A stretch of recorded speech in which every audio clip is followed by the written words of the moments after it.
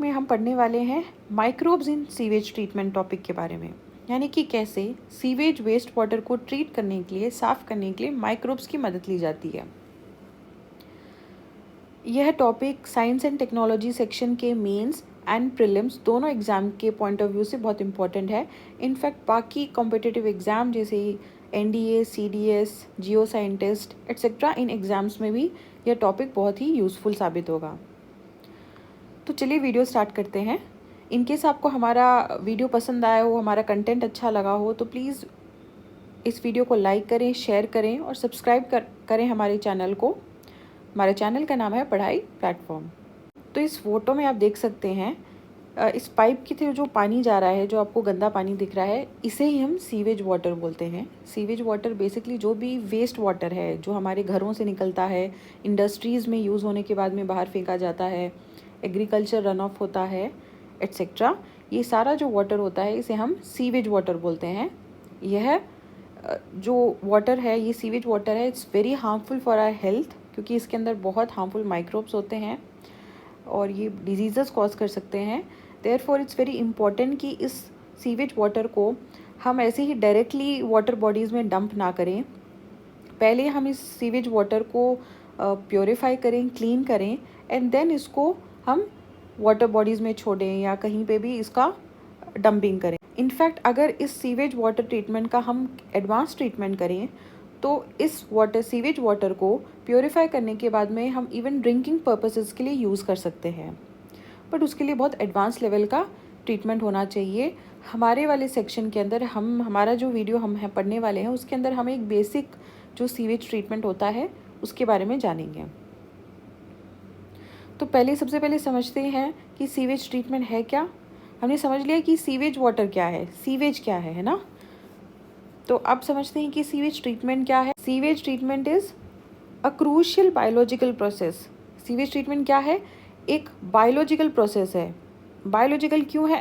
क्योंकि इसके अंदर लिविंग बींग्स जैसे कि माइक्रोब्स का यूज़ होता है, कोई भी केमिकल का यूज़ होता है, but majorly it's a biological process, क्योंकि जो मेजर काम है वाटर को प्योरीफाई करने का, क्लीन करने का, वो माइक्रोब्स के द्वारा होता है। और माइक्रोब्स बायो ऑर्गेनिजम्स हैं, लिविंग ऑर्गेनिजम्स हैं, इसलिए हम सीवेज ट्रीटमेंट को एक बायोलॉजिकल प्रोसेस बोलते हैं दैट यूटिलाइजेज माइक्रो ऑर्गेनिजम्स। किसकी मदद से होता है? माइक्रो ऑर्गेनिज्म की मदद से। और क्या अचीव करते हैं? To degrade organic waste. ये करते क्या हैं? डिग्रेड जो भी ऑर्गेनिक वेस्ट है, नेचुरल वेस्ट है, कूड़ा कचरा है, ऐसा कूड़ा कचरा जो बायोडिग्रेडेबल हो सकता है माइक्रोब्स के द्वारा, उसको क्या करते हैं? उसको डिग्रेड करते हैं, उसको तोड़ते हैं, उसको और ब्रेक डाउन करते हैं सिंपलर कंपाउंड्स के अंदर। तो इसकी वजह से क्या होगा? जो पोल्यूशन है वो रिड्यूस हो जाएगा और पानी भी रिसाइकल हो जाएगा। इसी सीवेज वाटर को हम बाद में अदर पर्पसेस के लिए भी यूज़ कर सकते हैं। अगर सीवेज ट्रीटमेंट नहीं हुआ होता, इसको क्लीन नहीं किया जाता, तो इस पानी को हमें ऐसे के ऐसा वेस्ट करना पड़ता। इनफैक्ट ये पानी जाके आगे और हमारे लिए हार्मफुल साबित हो जाता, क्योंकि इसके अंदर हार्मफुल माइक्रोब्स प्रेजेंट थे। लेकिन क्योंकि ट्रीटमेंट के बाद में इसके अंदर हार्मफुल माइक्रोब्स नहीं रहते हैं, तो वो पानी साफ़ होता है, वो बाकी पर्पसेस को में यूज़ करने के लिए। अब इस वजह से क्या होता है? इस सीवेज ट्रीटमेंट की वजह से जो एनवायरनमेंट की हेल्थ है वो इंश्योर होती है। भाई ओवरऑल एनवायरनमेंट क्लीन रहेगा, क्योंकि पोल्यूशन नहीं है, वाटर पोल्यूशन नहीं है, पानी साफ़ है, तो एनवायरनमेंट भी साफ़ रहेगा। पानी साफ़ होगा तो एक्वेटिक लाइफ भी अच्छी रहेगी, कोई डिजीज़ेस भी नहीं होगी, तो ओवरऑल एनवायरनमेंट अच्छा रहेगा। देन पब्लिक हाइजीन भी मेंटेन होगी, यानी किसी भी कम्युनिटी एरिया के अंदर अगर कम्युनिकेबल डिजीज़ेस नहीं होंगी, पानी साफ़ रहेगा, बीमारियां कम होगी, साफ़ सफाई रहेगी, तो हाइजीन भी मेंटेन होगी। And support circular economy through biogas and bio fertiliser recovery. ये सर्कुलर इकोनॉमी का मतलब क्या हुआ कि देखो, अगर हम इस सीवेज वेस्ट वाटर को अगर हम ट्रीट नहीं करते तो क्या होता है कि इसको हमें इस पानी को कहीं ना कहीं तो डंप करना पड़ता। तो हम यूजुअली क्या करते थे? इसको वाटर बॉडीज़ में, जैसे कि लेक्स, रिवर्स, उसके अंदर हम छोड़ देते थे। तो उससे क्या हुआ कि जो लेक्स के अंदर एक्वेटिक लाइफ है वो भी अफेक्ट होती थी, और फर्दर पोल्यूशन को आगे वाटर पोल्यूशन ही बढ़ाता था। लेकिन अब हमने क्या करा कि हमने इस सीवेज वाटर को सीवेज ट्रीटमेंट के द्वारा साफ़ कर दिया। तो ये वाटर जो है वो तो हम वापस रिसाइकल हमने करके यूज़ ले ही लिया, साथ ही साथ में कुछ बाई प्रोडक्ट्स भी और हमें मिले, जैसे कि बायोगैस और बायो फर्टिलाइज़र, जो कि हमारे लिए यूज़फुल साबित हुए। बायोगैस को हमने कुकिंग पर्पसेस के लिए यूज़ कर लिया, बायो फर्टिलाइज़र्स को हमने हमारे एग्रीकल्चर फील्ड्स में यूज़ कर लिया, यानी कि जो वेस्ट प्रोडक्ट था उसको हमने फर्दर यूज़ कर लिया हमारे लिए।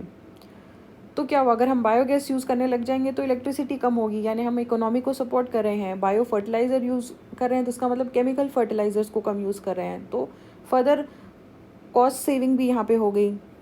तो इस तरीके से सर्कुलर इकोनॉमी यहाँ पे इंश्योर हो गई। तो आई होप आपको समझ में आ गया होगा कैसे सीवेज ट्रीटमेंट की वजह से हम इंश्योर कर सकते हैं कि हमारा एनवायरनमेंट हेल्दी रहे, पब्लिक हाइजीन मेंटेन रहे, और एक सर्कुलर इकोनॉमी भी इसके द्वारा सपोर्ट हो जाती है through biogas and bio fertiliser recovery. Circular economy का मतलब यहाँ पे आई होप अच्छे से समझ में आ गया होगा कि जो वाटर वेस्ट, जो सीवेज वाटर था, उसको हमने वापस क्लीन वाटर में कन्वर्ट कर लिए, वापस हमारी इकोनॉमी में यूज़ कर लिया।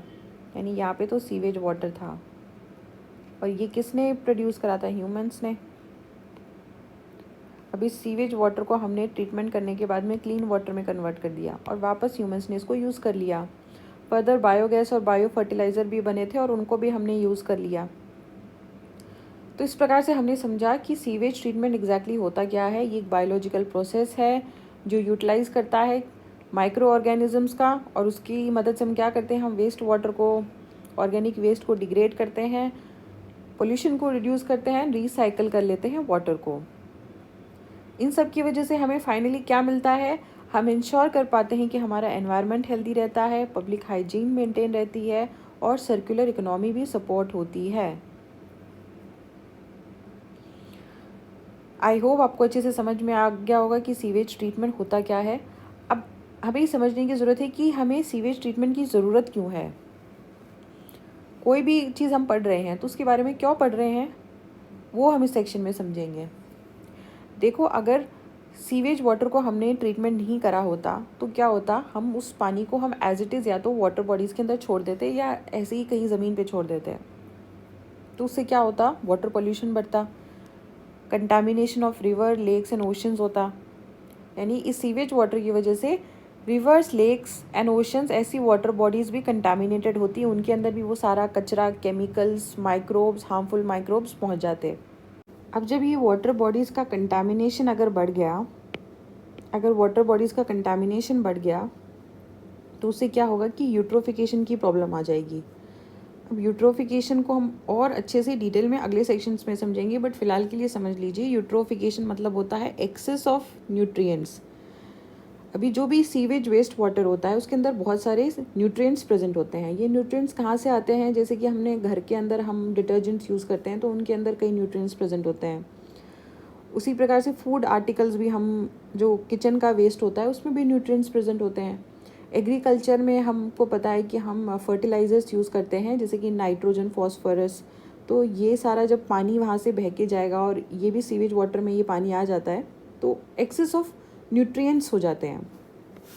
तो इन न्यूट्रिएंट्स की वजह से क्या होता है कि जो पानी के ऊपर एल्गी होती है, एल्गी एक प्रकार से प्लांट ही होता है। अब इन प्लांट को इस सीवेज वाटर से बहुत सारा न्यूट्रिशन मिल गया तो एल्गी बहुत ज़्यादा मात्रा में बढ़ जाती है।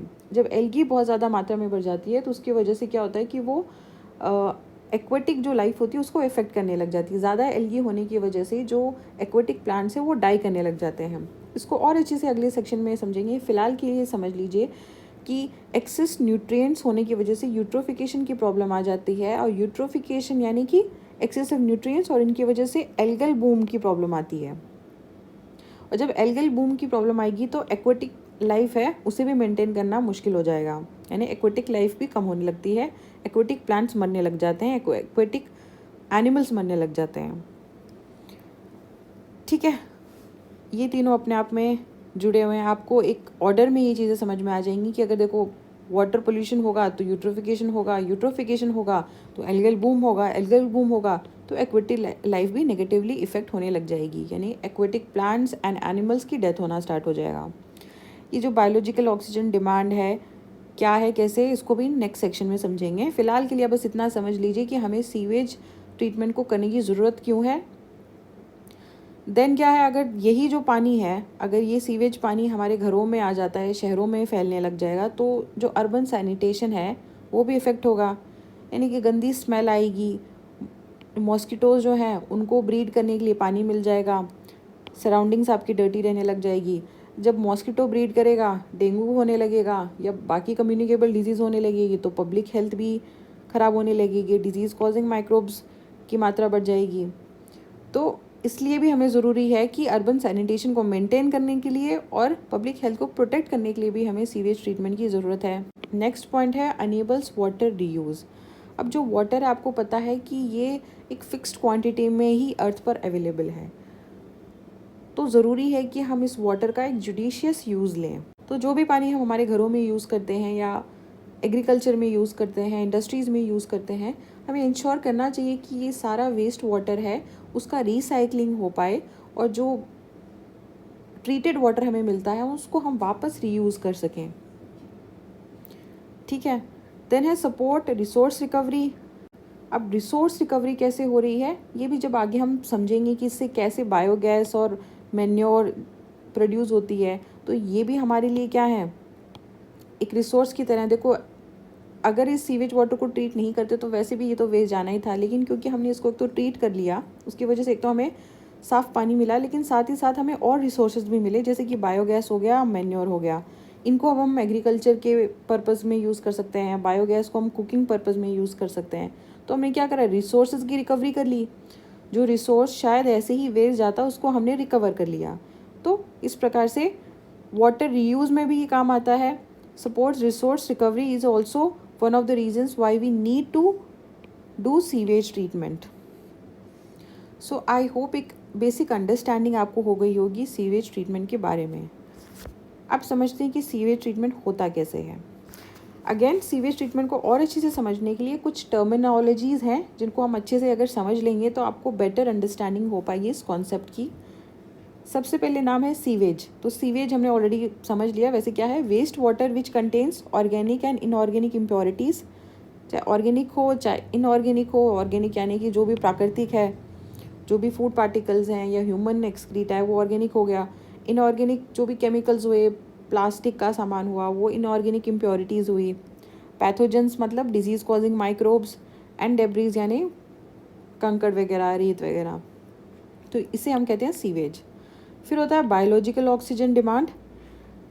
अगेन, इसको बहुत अच्छे से कवर करने वाले हैं नेक्स्ट वीडियो में, लेकिन फॉर अ मोमेंट आप ये समझ लीजिए कि बीओडी का मतलब होता है it is a measure of organic matter in water, यानी कि कितना बीओडी ज़्यादा है, इसका मतलब कि ऑर्गेनिक मैटर ज़्यादा है पानी में, और हायर बीओडी मतलब मोर पोल्यूशन। फ़िलहाल के लिए बस इतना समझ लीजिए कि higher BOD, higher biological oxygen demand is equal to more pollution. Third है एक्टिवेटेड स्लज। एक्टिवेटेड स्लज क्या होता है, ये एक थिक माइक्रोबियल मास है जिसे हम सेकेंडरी ट्रीटमेंट में यूज़ करते हैं। यानी पानी को जो साफ़ करने के कई स्टेजेस होते हैं, तो सेकेंडरी वाले ट्रीटमेंट के अंदर हम माइक्रोब्स का एक मास, कुछ थिक गाढ़ा कचरा टाइप का सा हम डालते हैं जिसके अंदर माइक्रोब्स होते हैं, और वो माइक्रोब्स ही होते हैं जो पानी को साफ़ करते हैं, तो उसे हम एक्टिवेटेड स्लज बोलते हैं। एक्टिवेटेड क्यों, क्योंकि ऑक्सीजन, अब ये जो माइक्रोब्स होते हैं वो एरोबिक माइक्रोब्स होते हैं, और एरोबिक माइक्रोब्स को काम करने के लिए हमें पता है कि उनको एयर की ज़रूरत होती है। तो बार बार क्या, एयर को हम प्रोवाइड करते रहते हैं, जिसकी वजह से ये जो माइक्रोब्स होते हैं वो एक्टिव रहते हैं। और स्लज मतलब कचरा टाइप। फिर है एफ्लुएंट। एफ्लुएंट मतलब जो फाइनली जो हमें ट्रीटेड वाटर मिलता है, जो साफ़ पानी मिलता है, उसे हम एफ्लुएंट बोलते हैं। फिर है एनारोबिक डाइजेशन। अब सीवेज ट्रीटमेंट में एरोबिक डाइजेशन भी होता है और एनएरोबिक डाइजेशन भी होता है। ये एब्सेंस ऑफ ऑक्सीजन के अंदर होता है। एरोबिक डाइजेशन के अंदर तो माइक्रोब्स को ऑक्सीजन की ज़रूरत होती है, एनएरोबिक में ऑक्सीजन की ज़रूरत नहीं होती है। और मिथेनोजेंस ऐसे माइक्रोब्स होते हैं जिनको ऑक्सीजन की ज़रूरत नहीं होती, वो मीथेन प्रोड्यूस करते हैं, और एनएरोबिक डाइजेशन में इनका रोल होता है। तो anaerobic microbes producing methane gas are called methanogens. Example methanobacterium. Methano यानी मीथेन पर ही इसका नाम रख दिया, मिथानोबैक्टीरियम। तो इसके अंदर इम्पॉर्टेंट माइक्रोब्स कौन कौन से हैं? एरोबिक बैक्टीरिया जैसे कि सूडोमोनास, बैसिलस, यानी कि जो एरोबिक डाइजेशन का काम करते हैं उनको बोलते हैं हम एरोबिक बैक्टीरिया।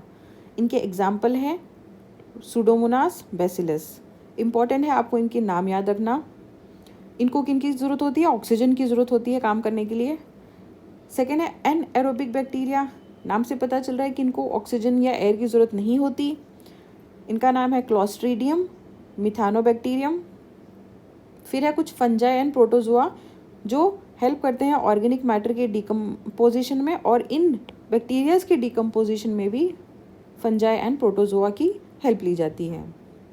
तो ये कुछ की टर्मिनोलॉजीज थे, कुछ की टर्म्स थे जो आपको समझने ज़रूरी थे ताकि आप आगे की सेक्शन को अच्छे से समझ पाएँ। अब देखो, इस सीवेज ट्रीटमेंट के 3 प्रोसेस होते हैं या 3 स्टेप्स होते हैं। पहला होता है प्राइमरी ट्रीटमेंट, सेकंड होता है सेकेंडरी ट्रीटमेंट, और थर्ड होता है टर्शियरी ट्रीटमेंट।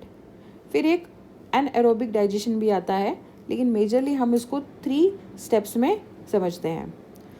पहला जो स्टेप है, जो सबसे इजी है, वो है प्राइमरी ट्रीटमेंट। इसको हम बोलते हैं फिज़िकल ट्रीटमेंट।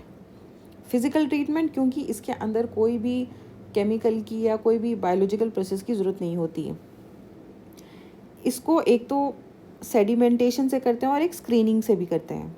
यानी कि देखिए, समझते हैं कि सबसे पहले जो भी रॉ सीवेज था, कूड़ा कचरे का पानी था, वो हम पाइप से छोड़ते हैं और एक स्क्रीन लगा देते हैं, एक छलनी टाइप का सा स्क्रीन लगा देते हैं, जिससे कि क्या होता है, काफ़ी जो कचरा होता है वो तो ऊपर ही रह जाता है। यानी ऐसी जालीदार आप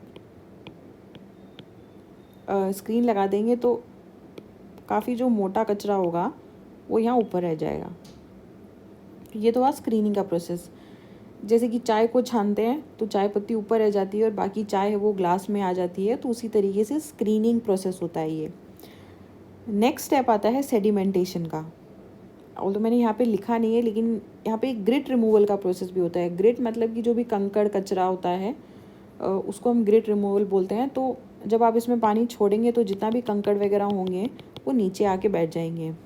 फिर आता है सेडिमेंटेशन का प्रोसेस। जो मेन प्रोसेस यहाँ पे जो बेसिक प्रिंसिपल है वो सेडिमेंटेशन का है। सेडिमेंटेशन मतलब आप जो भी सीवेज वाटर था उसको किसी कंटेनर में कुछ देर के लिए छोड़ देंगे। उससे क्या हुआ कि जितना भी भारी कचरा था, कूड़ा कचरा था, वो नीचे जाके कंटेनर में बैठ जाएगा। यानी ये कंटेनर था, इसमें हमने सीवेज वाटर रख दिया और कुछ देर के लिए इसे छोड़ दिया, तो जितना भी कचरा था, जो भी भारी कचरा था, ग्रेविटी के कारण वो नीचे आके यहाँ पे कलेक्ट हो जाएगा। तो ऊपर वाला हमारे लिए थोड़ा कंपैरेटिवली साफ़ पानी हो गया, नीचे वाले कचरे को हम बाहर निकाल देंगे। इस स्टेप के बाद में फिर हम सेकेंडरी ट्रीटमेंट पे जाते हैं। ठीक है, तो प्राइमरी ट्रीटमेंट जो है वो एक प्योरली फिजिकल प्रोसेस है। इसके अंदर स्क्रीनिंग होती है, सेडिमेंटेशन होता है, ग्रिट रिमूवल का प्रोसेस होता है। फिर नेक्स्ट आता है सेकेंडरी ट्रीटमेंट। सेकेंडरी ट्रीटमेंट मतलब बायोलॉजिकल ट्रीटमेंट। अब यहाँ पे एरोबिक डाइजेशन होता है, यहाँ पे एरोबिक माइक्रोब्स का यूज़ किया जाता है। बायोलॉजिकल प्रोसेस क्यों है? क्योंकि माइक्रोब्स का यूज़ हो रहा है जो कि एक बायोलॉजिकल ऑर्गेनिजम्स हैं। ये कहाँ पे होता है? ये एरिएशन टैंक्स के अंदर होता है। कैसे होता है? यहाँ पे एयर पंप करी जाती है to encourage growth of aerobic microbes. देखो, एरोबिक माइक्रोब्स तो पानी के अंदर वैसे भी होते ही हैं, लेकिन एयर हम और ज़्यादा एयर पंप करते हैं इसके अंदर, जिसकी वजह से क्या है, इनकी ग्रोथ और बढ़ती रहती है, यानी एरोबिक माइक्रोब्स की मात्रा बढ़ती रहती है। अब देखो, बेसिक काम ये क्या करते हैं माइक्रोब्स, ये इस ऑर्गेनिक मैटर को कंज्यूम करते हैं और बदले में क्या निकालते हैं? ये बदले में कार्बन डाइऑक्साइड निकालते हैं, वाटर निकालते हैं और माइक्रोबियल बायोमास। अब कुछ कचरा भी तो ये फाइनली प्रोड्यूस करेंगे, उसके अंदर कुछ लिविंग माइक्रोब्स होंगे, कुछ डेड माइक्रोब्स होंगे। ठीक है, यानी कि ये माइक्रोब्स ने क्या करा, इन्होंने ऑक्सीजन की मदद से ये जो सीवेज वाटर था, सीवेज वेस्ट था, उसको किस में कन्वर्ट करा? कार्बन डाइऑक्साइड में, वाटर में और माइक्रोबियल बायोमास में। And then they form activated sludge. अब ये जो माइक्रोबियल बायोमास है उसी को हम बोल रहे हैं एक्टिवेटेड स्लज। एक्टिवेटेड स्लज यानी कि इसके अंदर बहुत सारी बैक्टीरिया, फंजाई, प्रोटोजोआ, यानी एक तरीके से ये कूड़े कचरे, मतलब नॉट कूड़ा कचरा बट ये माइक्रोब्स का एक गुच्छा सा है, थिक स्लोपी टेक्सचर का। तो ये होता है एक्टिवेटेड स्लज। ये एक्टिवेटेड स्लज ही है जो एरोबिक डाइजेशन को कर रहा है, ठीक है, इस काम को कर रहा है। अब देखो इस एक्टिवेटेड स्लज को थोड़ा तो हम क्या करेंगे, वापस यूज़ करेंगे जब और पानी जो सीवेज का पानी आएगा उसके अंदर, और थोड़ा हम इसको एरोबिक डाइजेशन के अंदर एन एरोबिक डाइजेशन के अंदर भेज देंगे। इसको भी आगे अच्छे से समझ में आएगा। अभी के लिए ये समझ लीजिए कि जो भी फिज़िकल या जो प्राइमरी ट्रीटमेंट के बाद में हमारे पास में सीवेज वाटर आया था, उसका हमने एरोबिक डाइजेशन कराया। एरोबिक डाइजेशन किसने कराया? एरोबिक माइक्रोब्स ने। एरोबिक माइक्रोब्स के नाम क्या थे? Clostridium and मिथानोबैक्टीरियम। इन मिथानोबैक्टीरियम और वो एनएरोबिक बैक्टीरिया थे, I am sorry, Pseudomonas and bacillus. Pseudomonas and bacillus ये क्या थे? एरोबिक बैक्टीरिया थे। इन एरोबिक बैक्टीरिया ने क्या करा? इन्होंने ऑर्गेनिक मैटर को कंज्यूम करा और कन्वर्ट करा कार्बन डाइऑक्साइड में, वाटर में और माइक्रोबियल बायोमास में।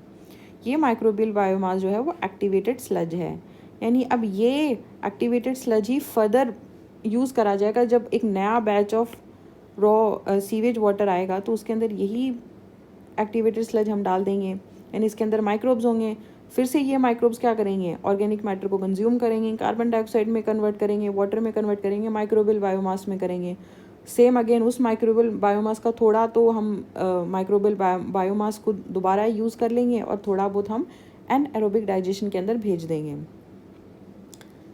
आई होप ये स्टेप आपको अच्छे से क्लियर हो गया होगा।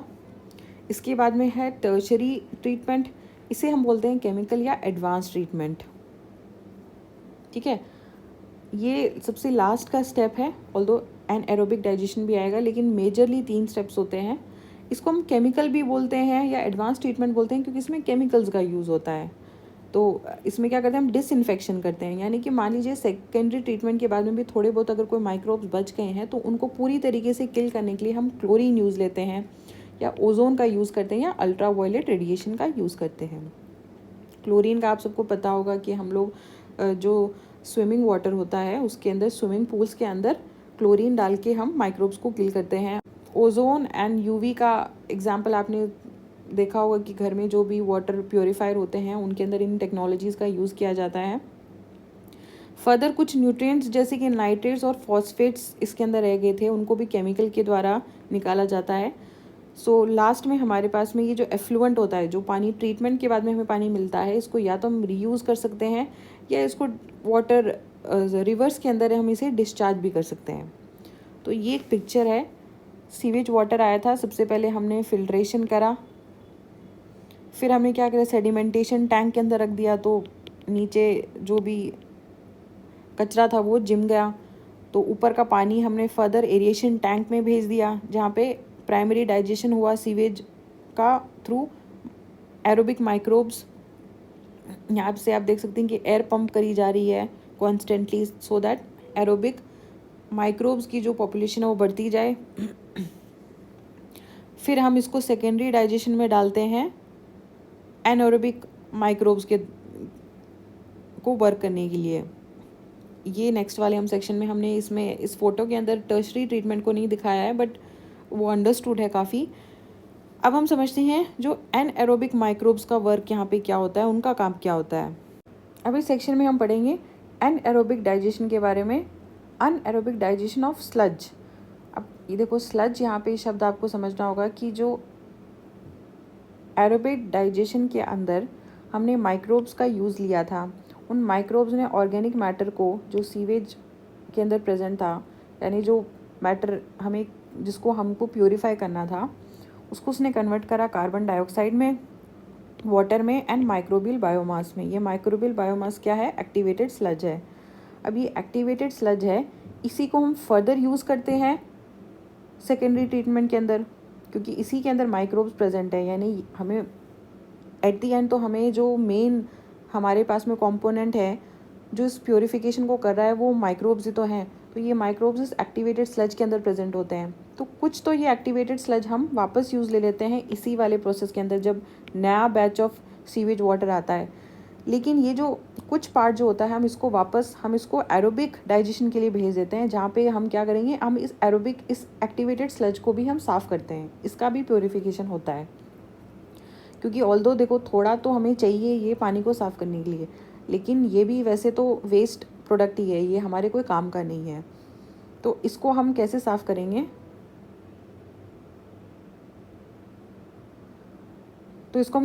करेंगे, इसको हम अनएरोबिक डाइजेशन की मदद से साफ़ करेंगे इस स्लज को। ये कहाँ पे होता है, अनएरोबिक स्लज डाइजेस्टर में होता है। कौन करता है इनको, अनएरोबिक बैक्टीरिया करते हैं, मेनली मिथानोजन क्या करते हैं, मीथेन प्रोड्यूस करते हैं। अब ये क्या करेंगे, ये डिकम्पोज करेंगे the sludge in oxygen free condition, यानी ऑक्सीजन रहित कंडीशन के अंदर इस स्लज को ये डिकम्पोज करेंगे।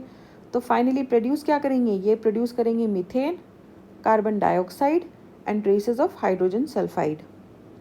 तो ये जो गैसेस हैं, बायोगैस है, वो जनरेट होती है। यानी कि देखो इसने क्या करा, मिथानोजन ने, इन्होंने ऑर्गेनिक कंपाउंड को जो कि एक्टिवेटेड स्लज के अंदर प्रेजेंट था, जो इस स्लज के अंदर प्रेजेंट ऑर्गेनिक कंपाउंड थे, उनको कन्वर्ट करा मीथेन में, कार्बन डाइऑक्साइड में एंड हाइड्रोजन सल्फाइड में। यानी जो मीथेन गैस है, कार्बन डाइऑक्साइड है, हाइड्रोजन सल्फाइड, ये जो गैसेस हमें मिली थी, ये इन्हें हम बोलते हैं बायोगैस। बायोगैस बेसिकली क्या है, एक तरीके से जैसे एलपीजी गैस यूज़ होती है हमारे घरों में, वैसे ही बायोगैस को भी यूज़ कर सकते हैं। इसको भी इलेक्ट्रिसिटी के पर्पज़ से यूज़ कर सकते हैं, हीटिंग के पर्पज़ से यूज़ कर सकते हैं। इन ऑर्गेनिक कंपाउंड्स को जो कि स्लज में प्रेजेंट थे, एनएरोबिक बैक्टीरियाज ने कन्वर्ट कर दिया कुछ गैसेस के अंदर, लेकिन साथ में कुछ कचरा भी तो बचेगा। तो ये जो डाइजेस्टेड स्लज होता है वो काफ़ी न्यूट्रिएंट रिच होता है, उसके अंदर बहुत न्यूट्रिशन होते हैं, इसलिए इसको हम बायो फर्टिलाइज़र की तरह भी यूज़ कर सकते हैं। खेती बाड़ी में इसको फर्टिलाइज़र की जगह यूज़ कर सकते हैं। और बेटर तरीके से समझते हैं कि जो सेकेंडरी ट्रीटमेंट के अंदर यहाँ पे एक्टिवेटेड स्लज हमें मिला था, जो कि rich in bacteria, fungi, protozoa था, थोड़ा बहुत तो हमने वापस रीयूज़ कर लिया इसी सेकेंडरी ट्रीटमेंट में, और थोड़ा बहुत हमने एरोबिक डाइजेशन के अंदर, इन डाइजेस्टर्स के अंदर इसको भेज दिया, क्योंकि ये एक्टिवेटेड स्लज भी कोई काम का नहीं है देखा जाए तो। ये सिर्फ पानी को ट्रीट करने के लिए, पानी को साफ़ करने के लिए काम का था। तो अब ये जो एक्टिवेटेड स्लज था इसकी भी सफाई होनी है। अब इसकी सफाई कैसे होगी, देखो इस स्लज को अनएरोबिक बैक्टीरियाज ने कन्वर्ट करा मीथेन गैस में, कार्बन डाइऑक्साइड में और हाइड्रोजन सल्फाइड में, प्लस अब कुछ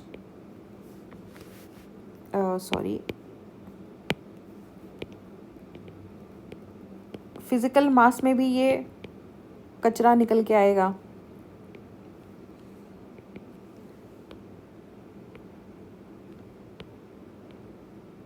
ये जो मिथानोजेंस थे, जो अनएरोबिक बैक्टीरिया थे, उन्होंने स्लज को कन्वर्ट करा मीथेन में, कार्बन डाइऑक्साइड में और हाइड्रोजन सल्फाइड में, जो कि बायोगैस हो गई। अब ये बायोगैस में हमने इलेक्ट्रिसिटी या हीटिंग पर्पज़ के लिए यूज़ कर लिया, और कुछ जो डाइजेस्टेड स्लज बचता, जो कचरा बचता, वो भी काफ़ी न्यूट्रिएंट रिच था, तो इसको भी हमने बायो फर्टिलाइज़र की तरह वापस यूज़ कर लिया। तो इस प्रकार से हमने देखा कि कैसे स्टेप बाय स्टेप प्रोसेस से जो वेस्ट वाटर होता है वो ट्रीट करा जाता है, और फाइनली जो हमें प्रोडक्ट्स मिलते हैं, हमें एक तो रिसाइकल्ड वाटर मिलता है, साफ़ पानी मिलता है। उस पानी को हम या तो एग्रीकल्चर में यूज़ कर सकते हैं या इंडस्ट्रीज़ में यूज़ कर सकते हैं, या अगर एडवांस ट्रीटमेंट दी जाए तो हम इसको ड्रिंकिंग पर्पसेस में भी यूज़ कर सकते हैं। साथ ही साथ में हमें बायो फर्टिलाइज़र भी मिलती है, बायोगैस भी मिलती है। तो हमने देखा कि कैसे सर्कुलर इकोनॉमी को सपोर्ट करता है ये सीवेज ट्रीटमेंट का प्रोसेस, कैसे पोल्यूशन को भी कम करता है, कैसे पब्लिक हाइजीन को भी मेंटेन करता है, कैसे कम्युनिटी हेल्थ को मेंटेन करता है। तो इस पार्ट 1 के अंदर हमने जो सीवेज ट्रीटमेंट का जो प्रोसेस था वो हमने समझा। नेक्स्ट पार्ट के अंदर हम बाकी कॉन्सेप्ट को समझेंगे और इस पे बेस्ड कुछ पुराने साल में आए हुए क्वेश्चंस को भी करेंगे। तो यहीं पे हम वीडियो ख़त्म करते हैं। Thank you.